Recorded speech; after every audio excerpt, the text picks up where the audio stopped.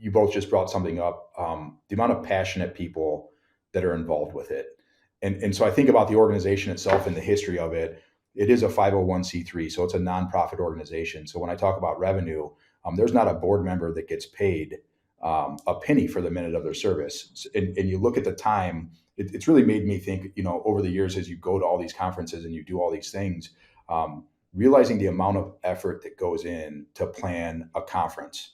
And not only a conference, a very successful conference. And when you look at that, to say, hey, we have a board of people that we get together every month. And in our state, that involves, again, in the beginning, it was a drive to Indy every single time. We didn't have the technology in 2007 to jump on calls like this and solve issues and figure out how to do all these things. Our board, when we established that board, it wasn't the cleanest thing ever. I jumped into it not knowing what I was going to do or why I was even there or what an MS4 was.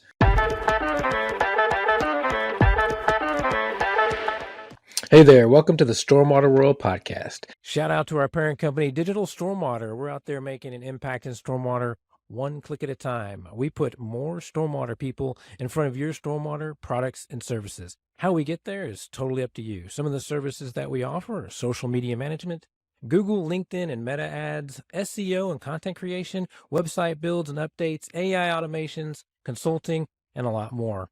So the question is who do you know that needs our help? If you're on YouTube, you can click on that QR code to learn more, or you can give us a call at 844-451-2534, or you can visit us at digitalstormwater.com and schedule a call with us today.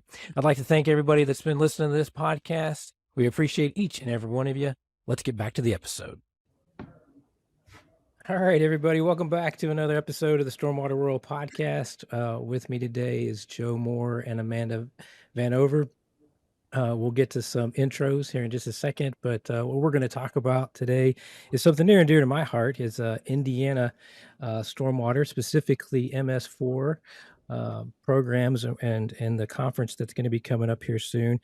I'm originally from Indiana, as those that are true listeners of the pod know, from Jeffersonville, Indiana. So I stumbled across this conference, the Indiana MS4 conference, years ago, and then I got to go last year, and it was an amazing conference, and it has grown tremendously, and they're doing some great things. So I've got some great folks here that are going to share some information with you today. But before we let them talk, it is time for introductions. So let me introduce you to, as I had mentioned before, Amanda Vandenoever, MS4 Program Coordinator with Porter County, Indiana. Amanda received her undergraduate degree from Purdue University Northwest in civil engineering. She began her career as a project manager at the City of Valparaiso's engineering department in 2019 before joining the Porter County Department of Development and Stormwater Management in 2020. For the past 5 years, Amanda has developed the MS4 program, implementing all 6 MCMs and building the program with the growing population of the unincorporated area. Her jurisdiction includes the Lake Michigan and Kankakee subbasins with the associated waterways, wetlands, and regulated drainage systems. Amanda's passion for water quality and public outreach has led her to be involved in the statewide MS4 partnership. As the current Indiana MS4 Partnerships Vice President, she has designed the upcoming 2025 annual meetings afternoon breakout sessions to speak both to new and existing MS4 professionals with intriguing topics and speakers. Also with us today is do you need an introduction? Yeah, we always do introductions. He's back, folks. We've got the clean water freak back with us today, Mr. Joe Moore. Joe has been an active member of the Indiana MS4 partnership for over a decade. His responsibilities have included everything from executive board positions as treasurer and director of sponsorship vendors, among other responsibilities. He's also chief brand ambassador for Siltworm and ECS Erosion and Construction Services out of Maryville, Indiana. Joe, welcome back to the pod. Amanda, thanks for having me, Ty. Appreciate it. Yes, thank you, Ty.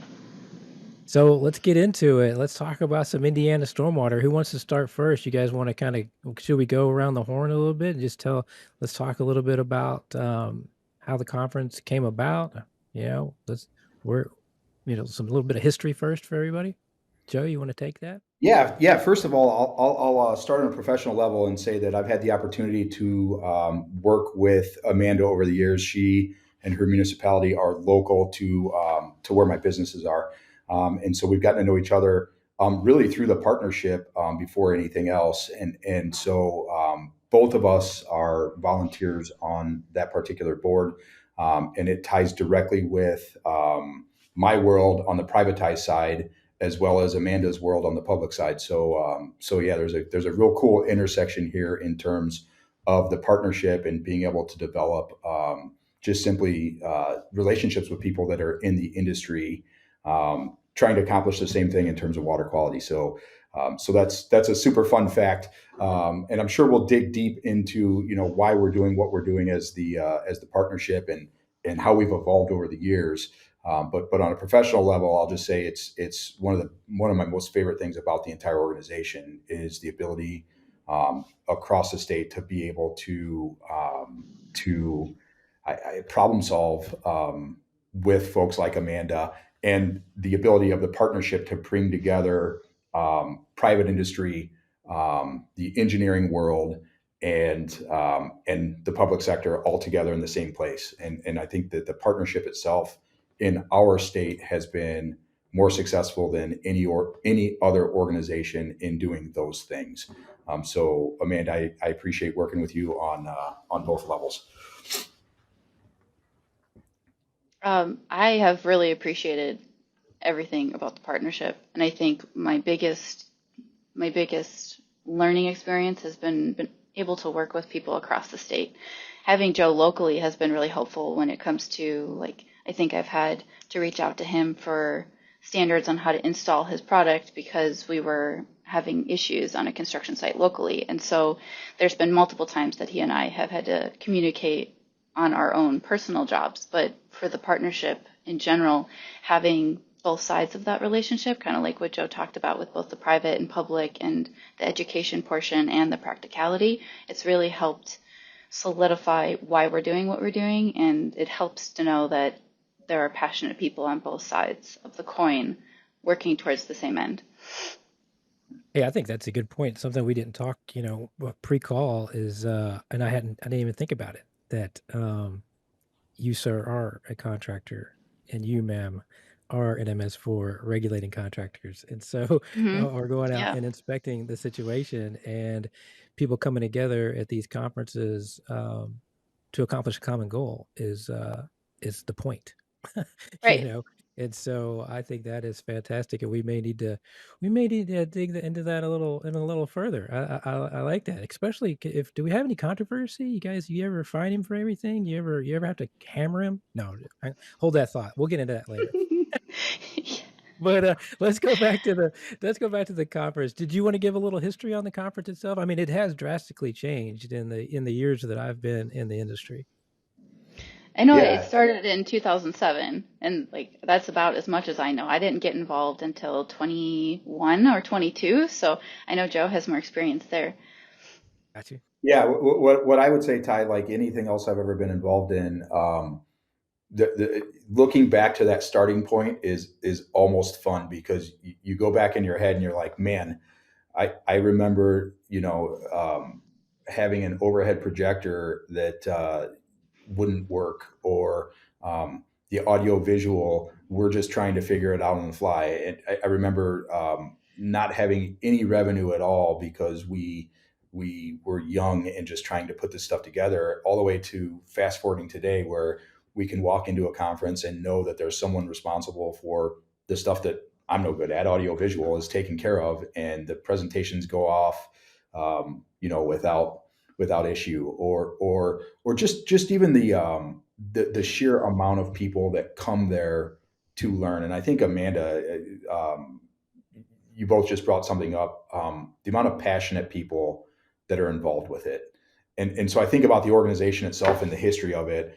It is a 501c3, so it's a nonprofit organization. So when I talk about revenue, there's not a board member that gets paid a penny for the minute of their service. And you look at the time, it's really made me think, over the years, as you go to all these conferences and you do all these things, realizing the amount of effort that goes in to plan a conference, and not only a conference, a very successful conference. And when you look at that, to say, hey, we have a board of people that we get together every month, and in our state that involves, again, in the beginning, it was a drive to Indy every single time. We didn't have the technology in 2007 to jump on calls like this and solve issues and figure out how to do all these things.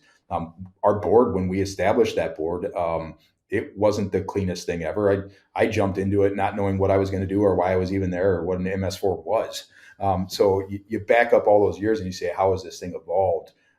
It's turned into something for me in our state, not only, as an awesome organization, but something that people count on to learn about these things on an annual basis. And not only count on, but they count on it. I'll say from the aspect of our reputation as an organization, we focus solely on education. We don't get involved politically. We don't do things of that nature as a 501c3.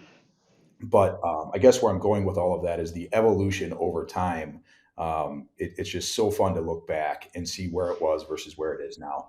Like you, Ty, I've been to hundreds of conferences over all the years, and I always say it's my favorite one. I might be biased because I'm on the board and I do some work to get it to where it's at.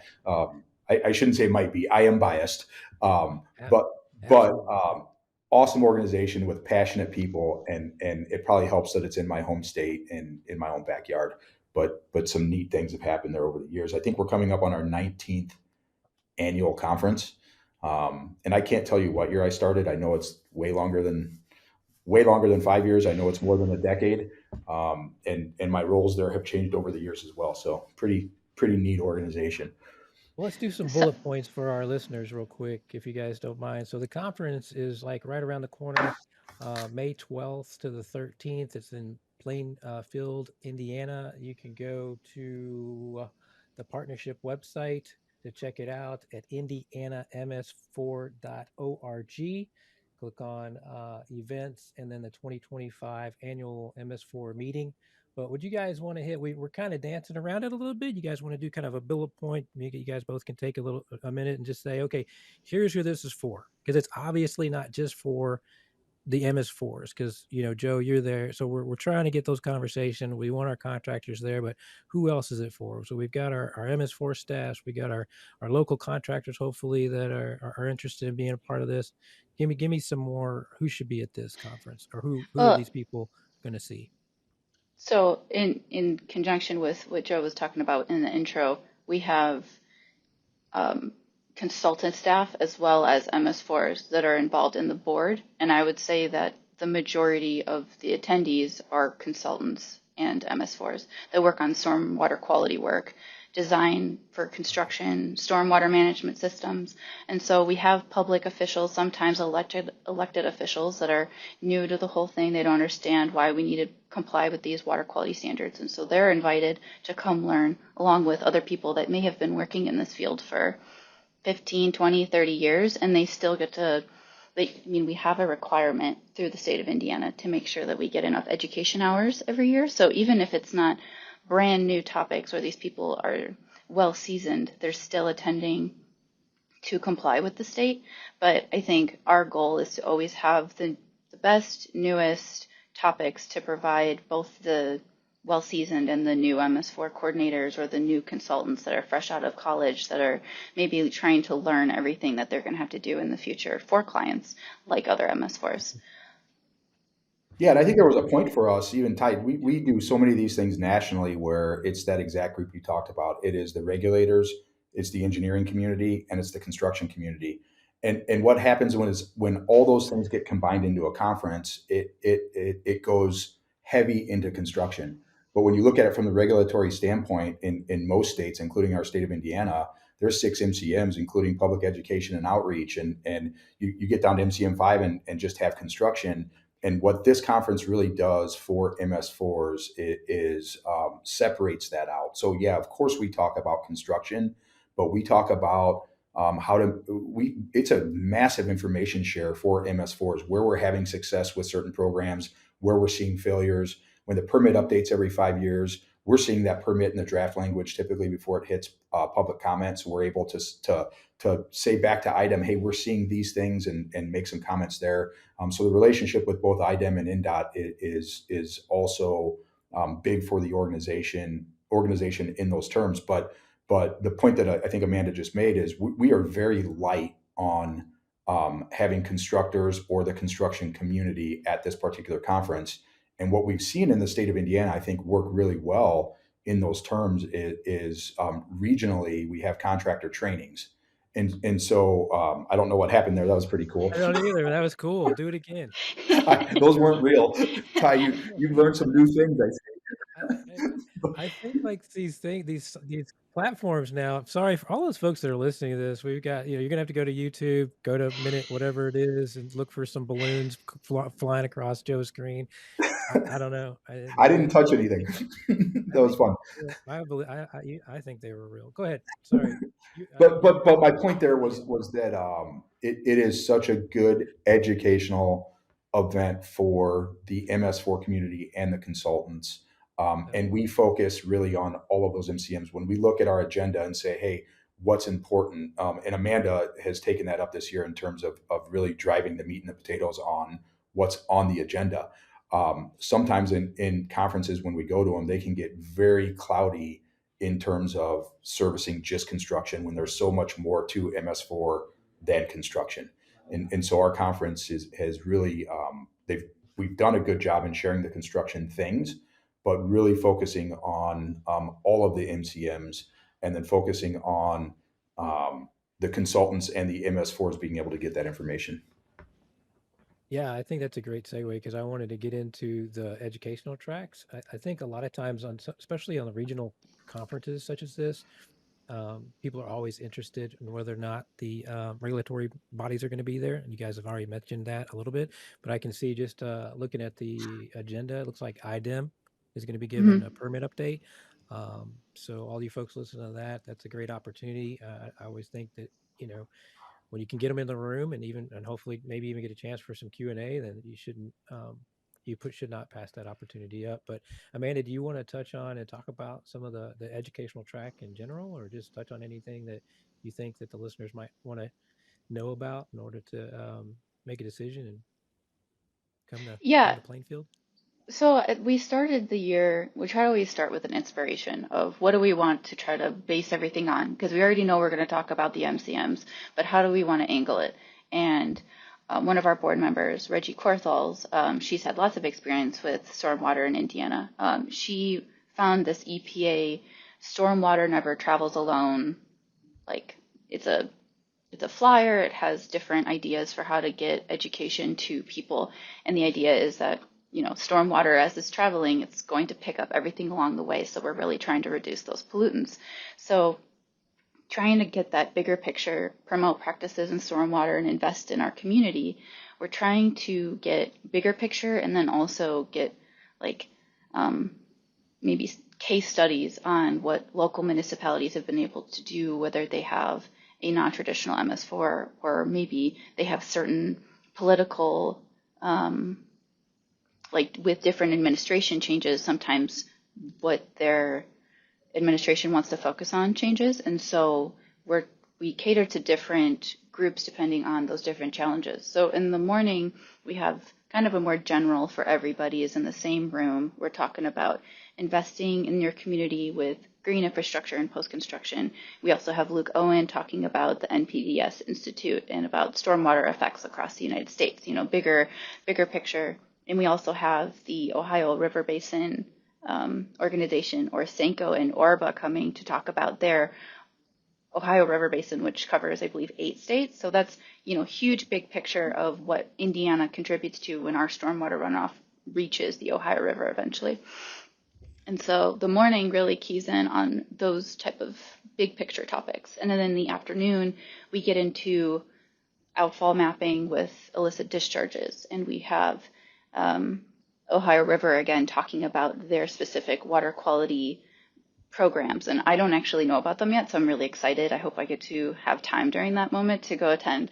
And then we also have different partnerships throughout the state of Indiana that have created local groups, like me and Joe are both in NISWAG, which is for Northwest Indiana.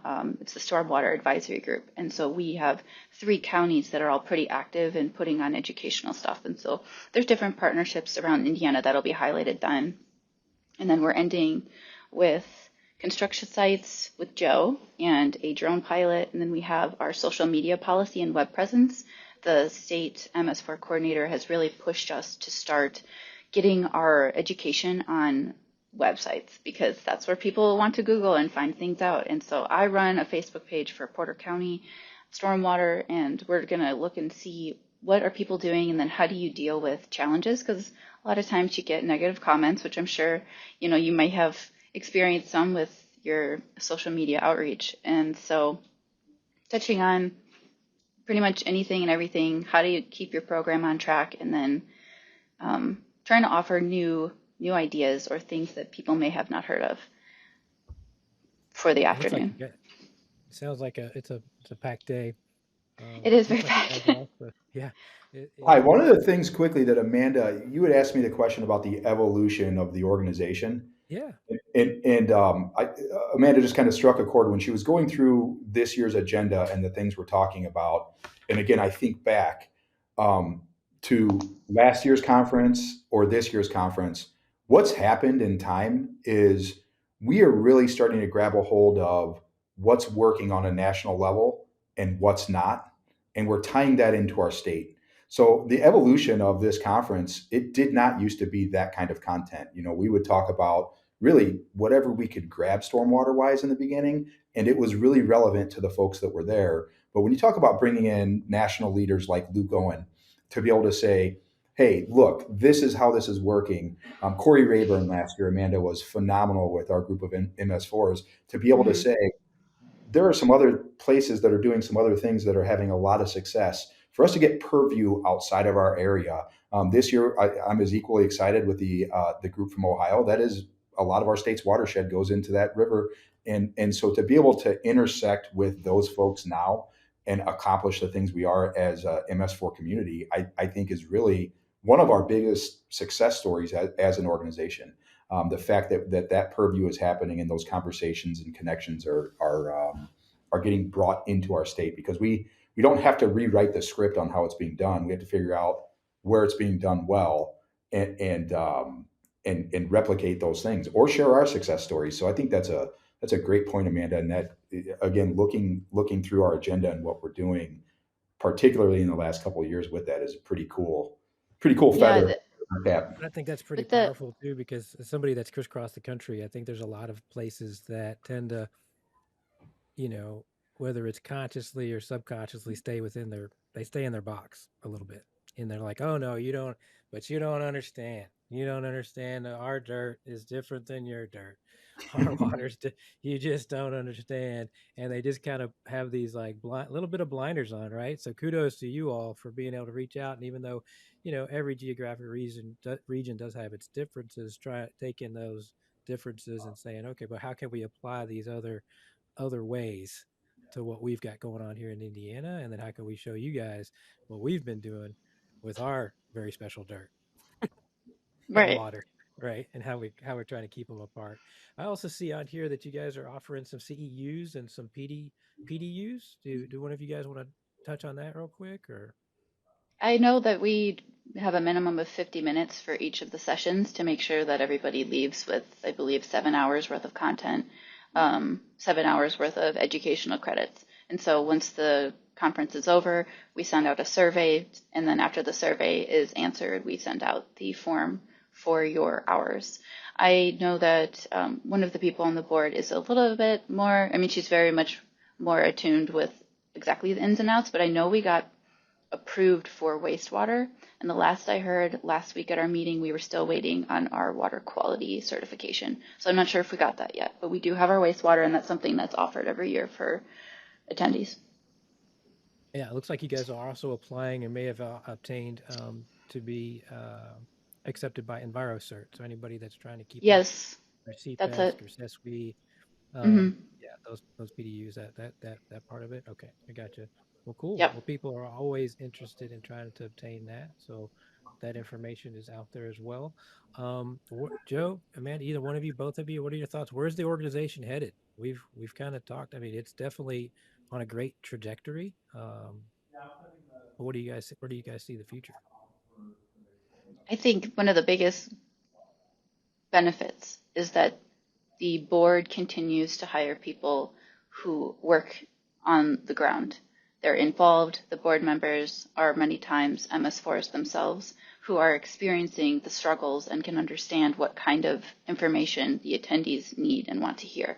So I solely definitely believe in that mission because I've experienced how much benefit I've gotten from being on the board and having connections and like, hey, I'm a county, I'm an untraditional MS4, and so trying to find other counties within Indiana that have the population to have a program and then be able to enforce on a larger scale is very difficult, but it's been really helpful to connect with other people that do my job and understand how they did it, where their elected officials want water quality to go, how they want it to go. And so I'm seeing a lot more of people who are in the program and passionate, then feeding back into the organization and then continue in a positive cycle of moving towards what the people really need to hear and hearing from those people, having MS4 speak, having people that work on building those programs.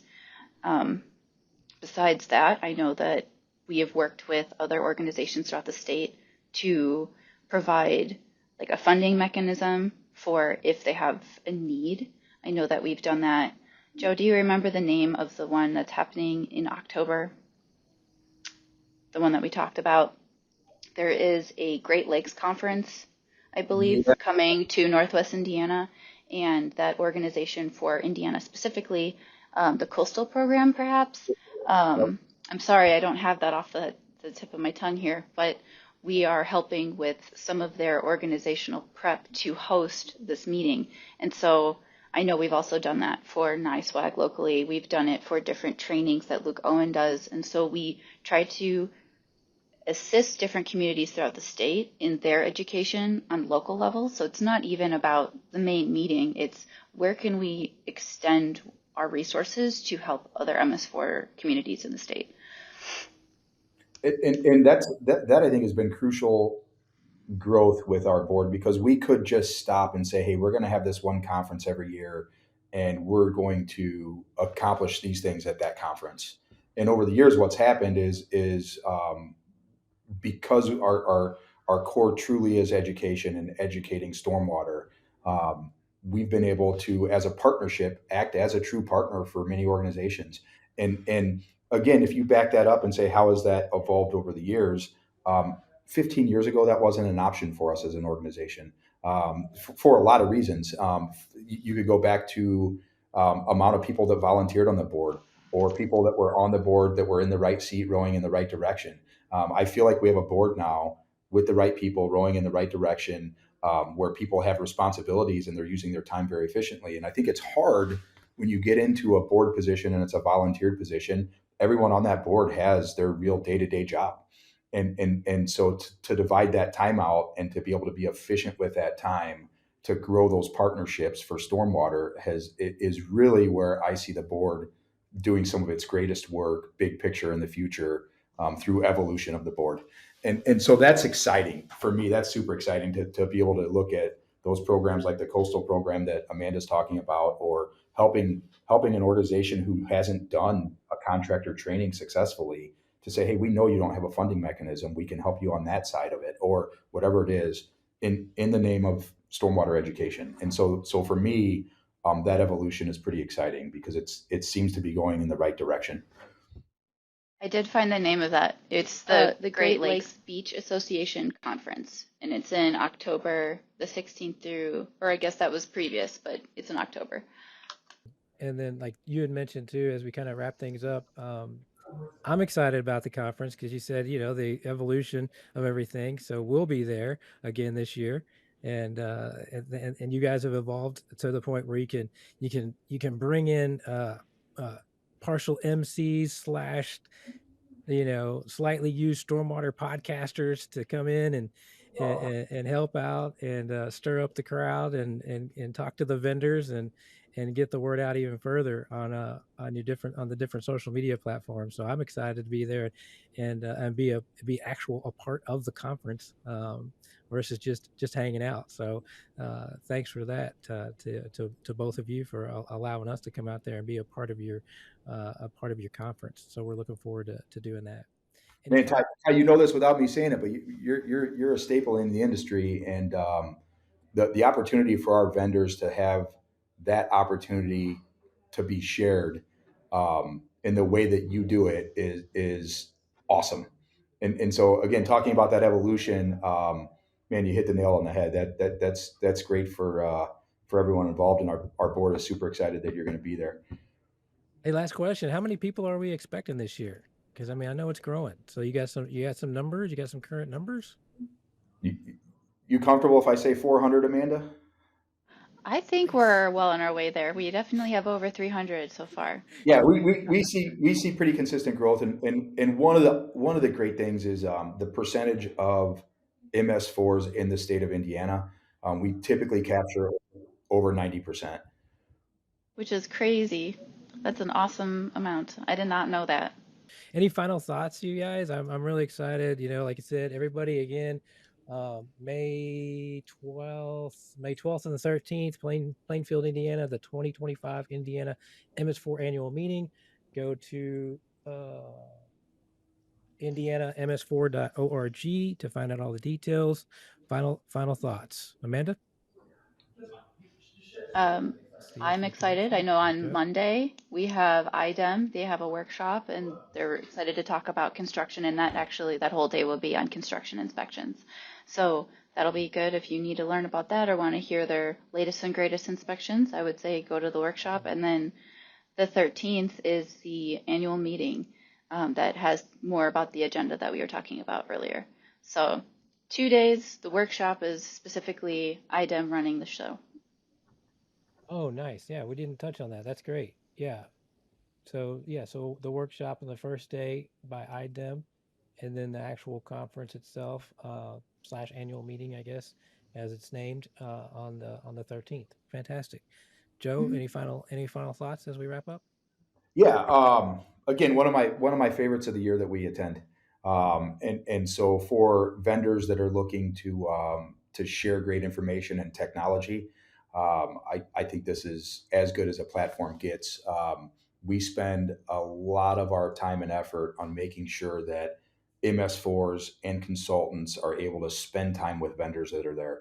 This year, we have over an hour and a half of time built into that schedule. So while our classes are very important in training on all of those things, it's also important for our organization that we're able to network together um, from the privatized side to the public side and back and forth. Those relationships are crucial for really for water quality, and we recognize that as a board, and we work hard to promote that time's being spent.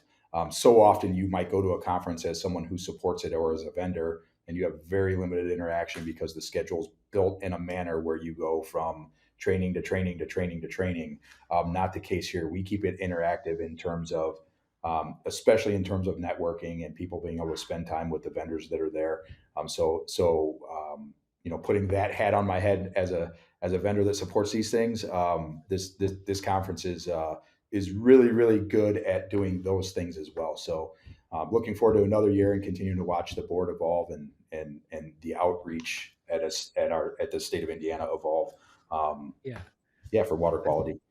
I think that's a fantastic point. The vendors do help kind of support and provide some of the monetary needs to be able to produce some of these conferences and I am definitely biased, and I agree. But here's the thing: is that there's a lot of education in those vendor booths in the exhibit hall. There's a lot of education and information that you can get just from talking to those guys. A lot of them boots on the ground can provide a lot of hands-on experience, stories, case studies, to extend what you're learning in the classroom, right? So.